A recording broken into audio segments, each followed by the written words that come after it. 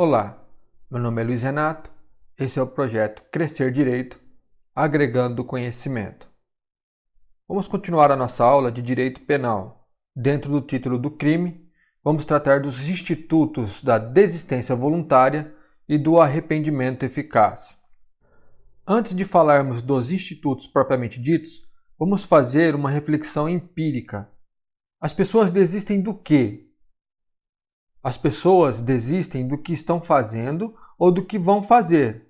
Quando dizemos que alguém desistiu, entendemos que desistiu do que estava fazendo ou do que ainda iria fazer. E as pessoas se arrependem do quê? As pessoas se arrependem daquilo que já passou. Então, daquilo que estou fazendo, posso desistir. E daquilo que já passou, eu me arrependo. Com esse pensamento empírico, então vamos começar a falar da desistência voluntária. O seu instituto se encontra no artigo 31, que diz: o agente que voluntariamente desiste de prosseguir na execução. Esse é o instituto da desistência voluntária.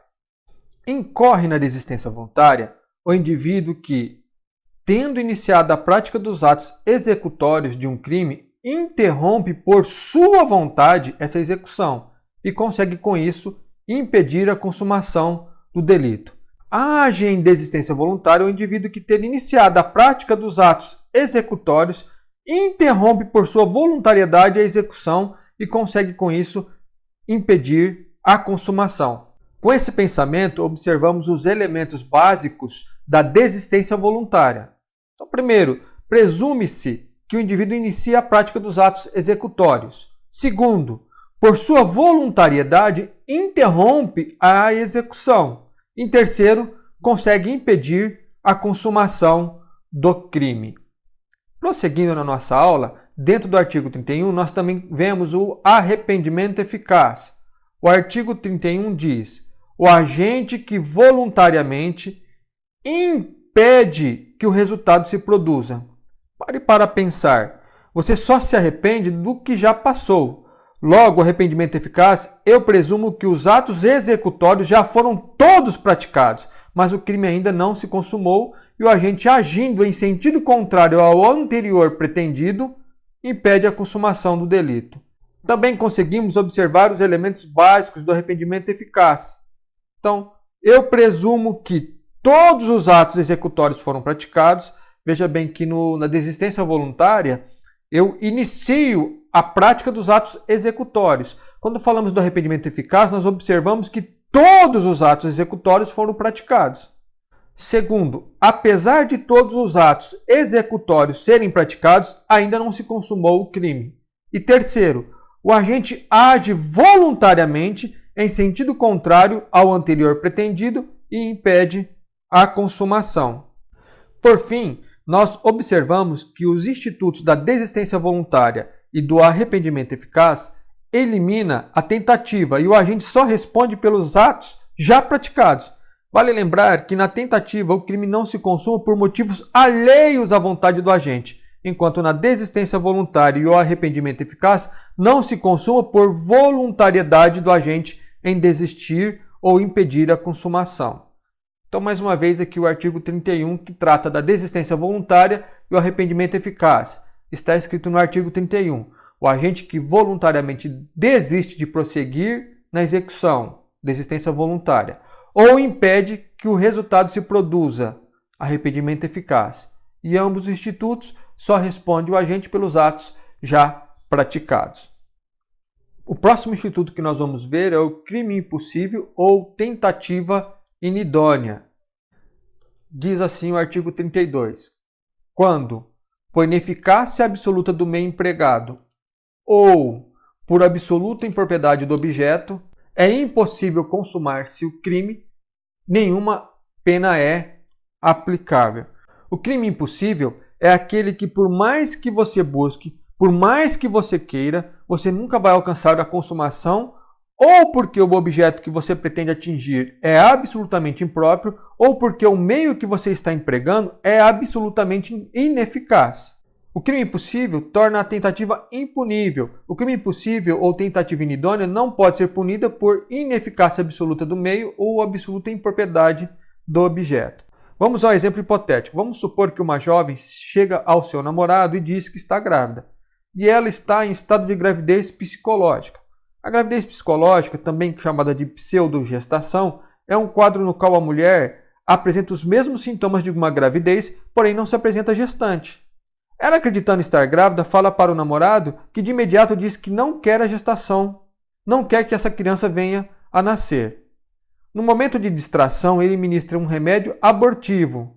Por ser uma gravidez psicológica, não há crime por impropriedade absoluta do objeto. A absoluta impropriedade do objeto ocorre quando, apesar de ser uma conduta potencialmente lesiva, no caso do remédio abortivo, ele é lesivo se a mulher realmente estivesse grávida. Inexiste a coisa ou a pessoa a ser protegida, no caso a gestação inexiste. No exemplo, então, não existe a gravidez, então o crime é impossível. Outro exemplo seria ministrar açúcar achando que é veneno. Nesse caso, o instrumento de execução empregado é absolutamente incapaz de produzir o resultado, portanto também crime impossível. Continuando, vamos tratar do crime doloso que se encontra no artigo 33, no inciso 1º. Diz-se o crime doloso quando o agente quis o resultado. Isso é chamado de dolo direto. O dolo direto é quando o agente quer, deseja, faz por onde alcançar o resultado delituoso pretendido. Quem age em dolo direto tem a noção do que quer fazer e faz o que deseja, colocando em execução efetiva a prática delituosa pretendida. Então esse é o dolo direto, quando a gente quis o resultado. Diz o crime doloso quando o agente assumiu o risco de produzir o resultado. Esse é o dolo eventual.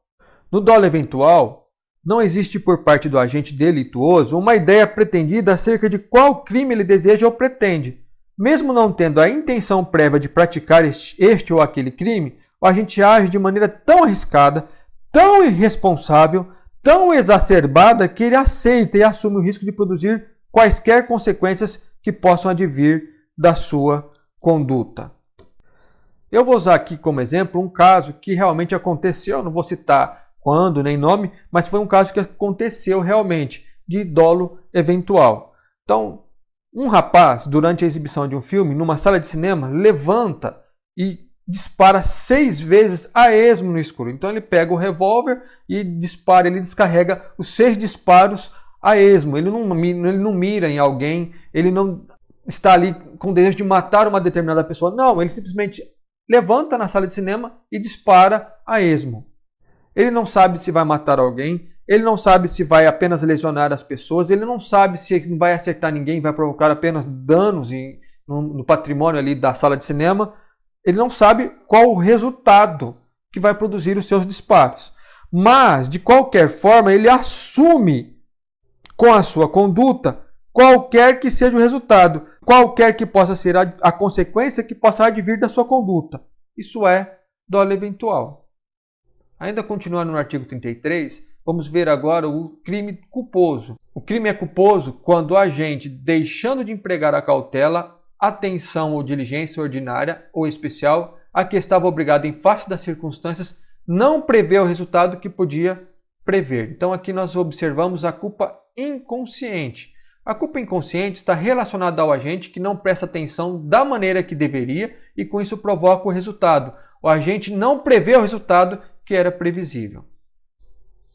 Diz-se o crime culposo quando o agente, prevendo o resultado, supõe levianamente que não se realizaria ou que poderia evitá-lo. Aí nós estamos falando da culpa consciente. A culpa consciente é a em que o agente prevê o resultado, mas acredita que ele não ocorrerá. É quando a gente realiza uma conduta, prevê que tal resultado possa acontecer, mas ele acredita sinceramente que não vai ocorrer ou pode evitar o resultado. O parágrafo único do artigo 33 diz: salvo os casos expressos em lei, ninguém pode ser punido por fato previsto como crime, senão quando o pratica dolosamente. O parágrafo único do artigo 33 determina que a modalidade culposa só é aplicável quando a lei trouxer previsão expressa do crime culposo. E aqui então nós encerramos essa aula. Se você gostou, deixa o seu like, compartilhe e inscreva-se no canal.